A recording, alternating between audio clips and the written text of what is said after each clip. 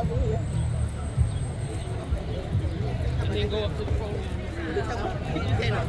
Somebody else was talking about another person. They said that they got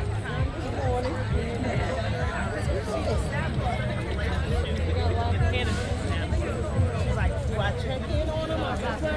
You want to see that? Check it in.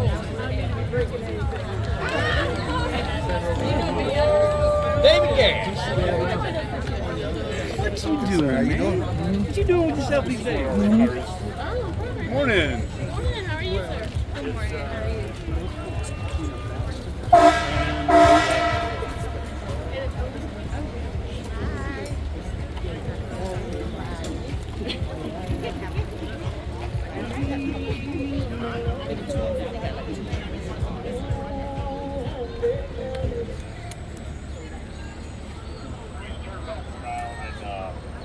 Right now they're trying to reload.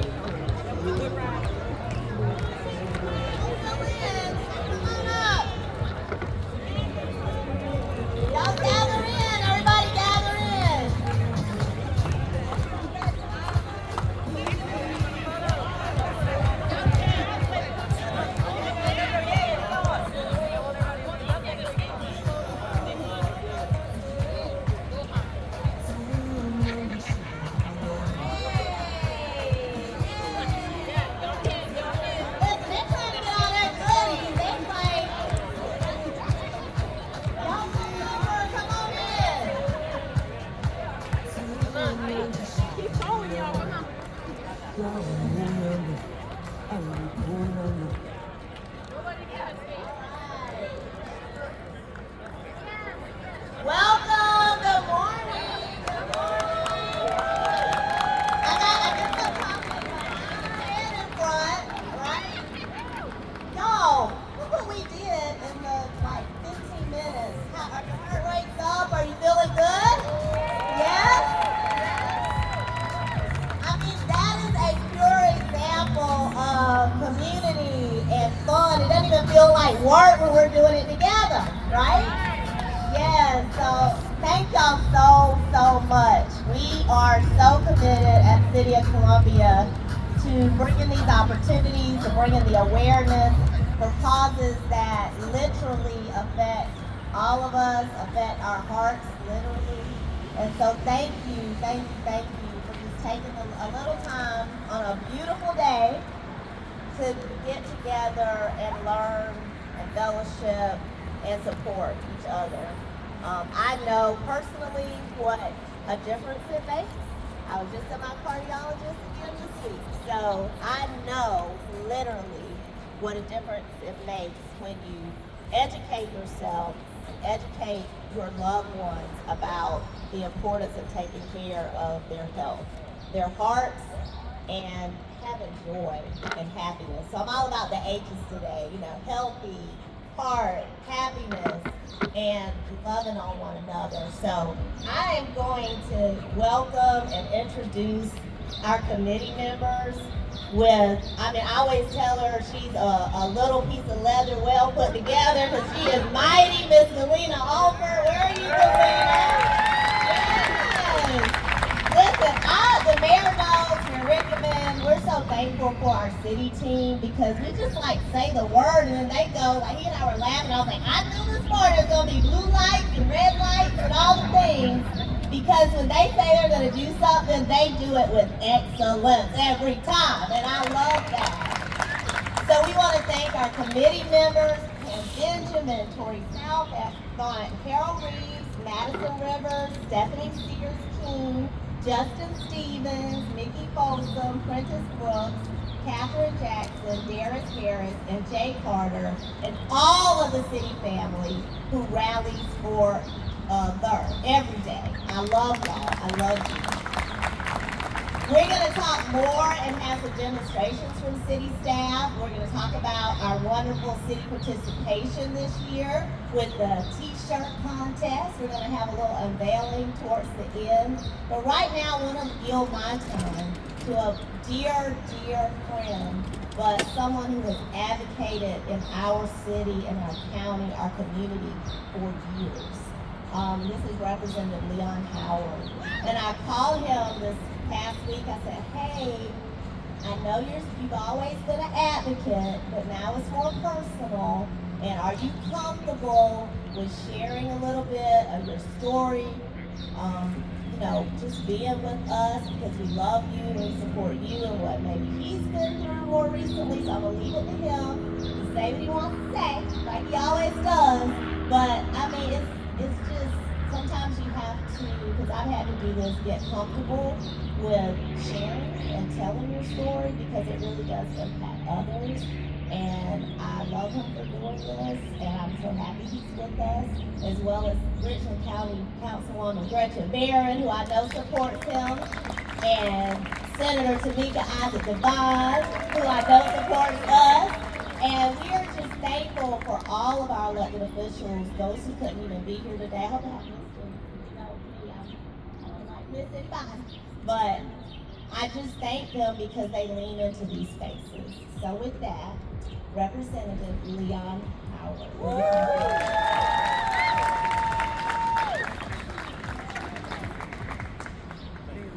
Thank you so much to our illustrious city manager, Mayor Rickman, to the city staff. Thank you for putting this together. This means so much to me and to my two colleagues, Councilwoman Barron and my Senator Tamika Devine. We work together in the community doing so much. And I thank these ladies for their support. I'd just like to say that this is very dear to me, and I want to thank Prisma Hospital as well. I thought I saw Stacy here from Prisma. Prisma had a workshop with thriving communities talking about health care and heart care in the community. I attended that workshop, and I learned from that workshop that heart attacks present themselves in different ways. I don't have a shoulder pain at 2 o'clock in the morning. And so it's crucial, and I was learning that workshop that could be a heart attack. So I called 911 and was rushed to Prisma Hospital and had surgery. Had 100% blockage in my main artery. Was about to have a massive heart attack. They just put a stent in my wrist. I spent 2 days in ICU. Had to change my habits in terms of exercise, diet, and thank God I'm here today, and I appreciate that. And so I want to say that, and I thank WIS who did a whole lot of PR work or segments on heart disease. I signed a waiver to my cardiologist to make sure that the community knew about this, and hopefully it will help someone else. Prisma did a lot of PR work, educating the community about my situation. Hopefully it helps someone else. And I certainly again thank the city manager, thank our mayor, thank all the city staff and all the support that we have. And thank these two lovely ladies who we all work well together. Thank you, may God bless you for your grace.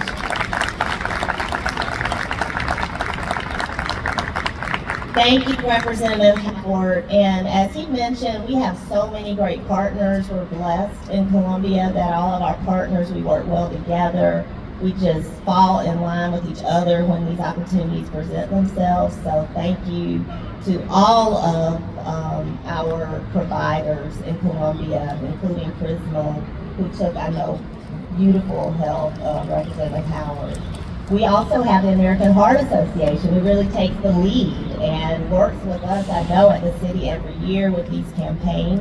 And so with that, I want to welcome Mandy, who's here from the American Heart Association, to give a few remarks and maybe some instructions and whatever else she wants to say. Hey, Mandy. Thank you so much. What a beautiful day to go for a walk, and just encourage so many of you to make today the first day that you start a walking routine in your life. As we know, walking is the easiest form of exercise, but it's also so instrumentally important to our heart health and also our mind. It helps to boost your mood, it helps to reduce stress, and so I encourage you all to take today to be the first day of your walking routine. And also just want to remind you that the American Heart Association on April 2nd, say the date, is our National Start Walking Day. So if you don't make today your first day, I encourage you to get another chance, okay? On April 2nd to make walking part of your routine. And also want to take a moment to invite everyone on Saturday, March 29th to Segra Park for our annual Heart Walk. This year, the Heart Walk has really rolled out what we like to call Nation of Lifesavers. And so we're here today to talk about raising awareness. And I want to take a minute to talk to you about what Nation of Lifesavers is and how you can get involved, and to make sure we have a stronger, safer community by joining this effort.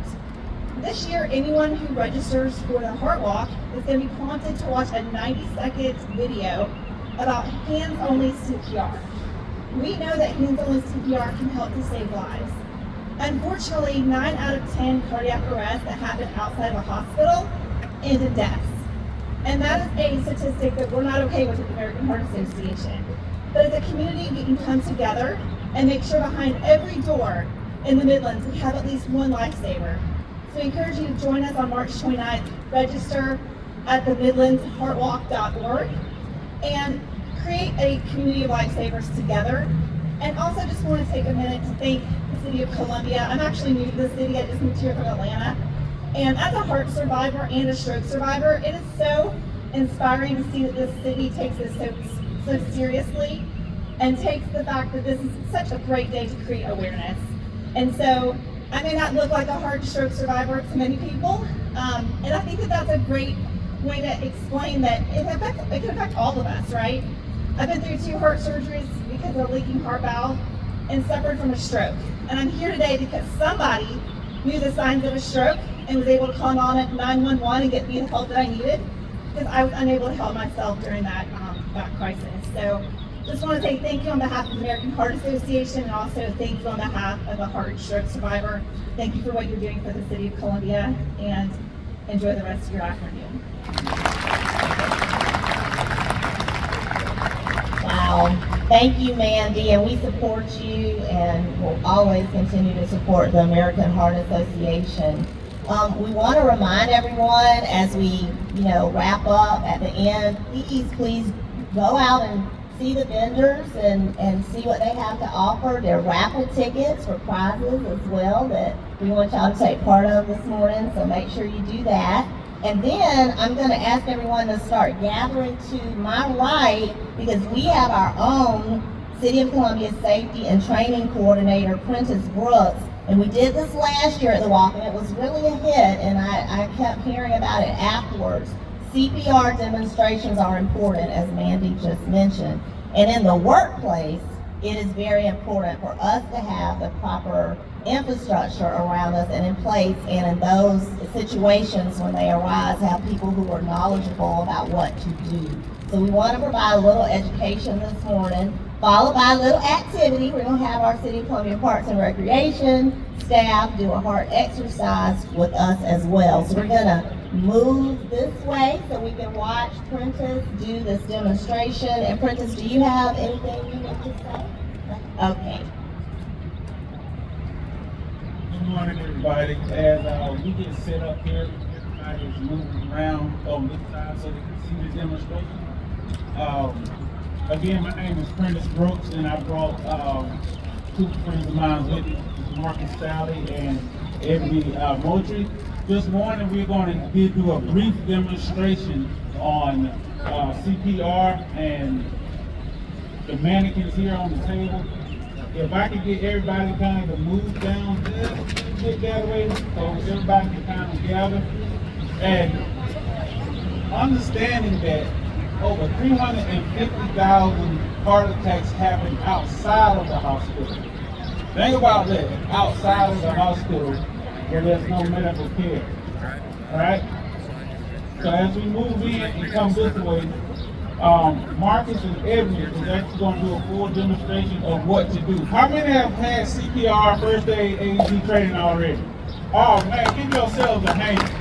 Because you got to understand, when you know CPR, it gives somebody a 2 to 3 times chance of surviving, right? So when you know it, it touches me deeply because I'm 57. I got a close friend that just had a heart transplant at 57. So this is something that I've been doing since 2015. So if Marcus is going to be our first up, and he finds somebody stretched out and passed out, what should he do? What's the first thing he should do? The very first thing, he should make sure the scene is safe. Because if he goes into that scene and there's a problem, he could be the next victim laying on the floor, right? So Marcus, what do you want to do now? All right. When he finds the victim laying on the floor, what's the next thing he has to do? Check them. You got to check them. Ask them if they're okay. Are they all right? So Marcus, he's not okay. He's not fine. We got a heart attack issue. He got Ebony with him. What are you going to do next? He's going to get Ebony to call 911, right? It's important that if someone is there with you, we need to get emergency care there as soon as possible, right? But Marcus is CPR trained and he knows what to do, right? Notice that when Marcus is standing over the mannequin, that he has, look at his form, look at his arms are straight down. He needs to do compressions that's 2 inches on the chest. Now let me tell you, if you're doing 2 inches compression on the chest, what do you think is going to happen? There's a possibility you're going to break something. You're either going to strain, crack, or break something. You're going to feel it in your hands. Do you stop doing CPR? No, you do not. You continue until emergency care comes or someone else is there to relieve you. But you have to understand, you become the heart. You are circulating oxygenated blood through the bloodstream, through the organs. The brain needs oxygen. The brain needs oxygenated blood, right? So that's what you become. You become that for that individual laying on the ground. So Marcus, to start CPR for you, sir. Notice Marcus' form as he does CPR. His arms are stiff. He's not using unnecessary motion.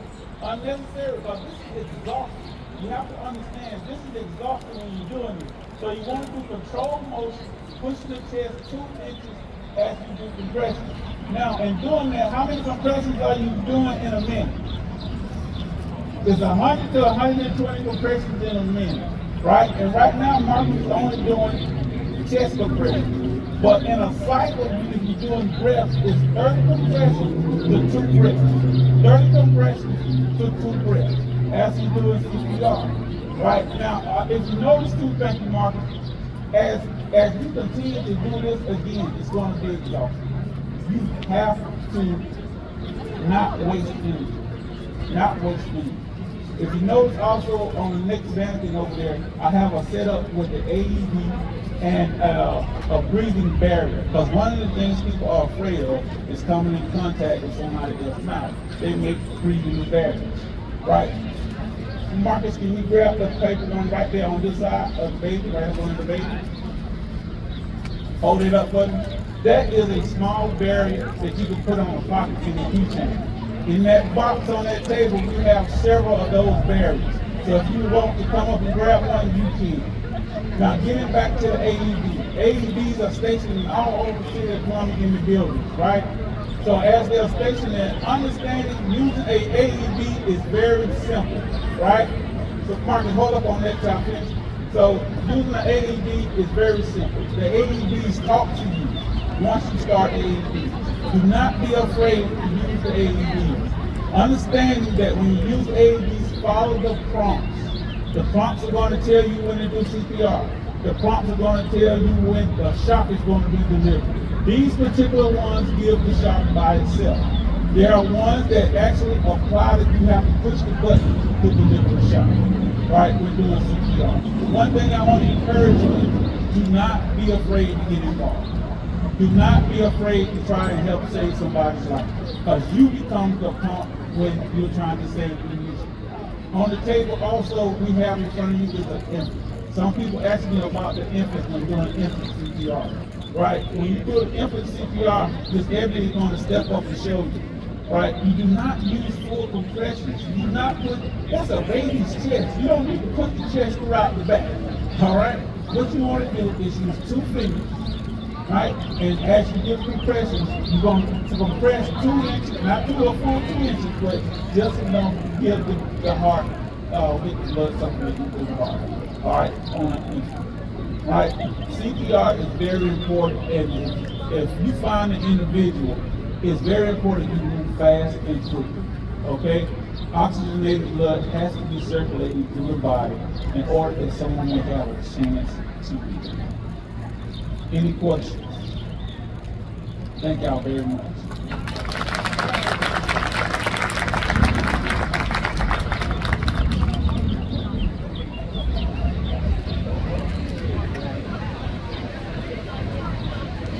Prentice is going to give out the breathing barriers that he referenced, and as you all are getting those and enjoying any of the other vendor activities going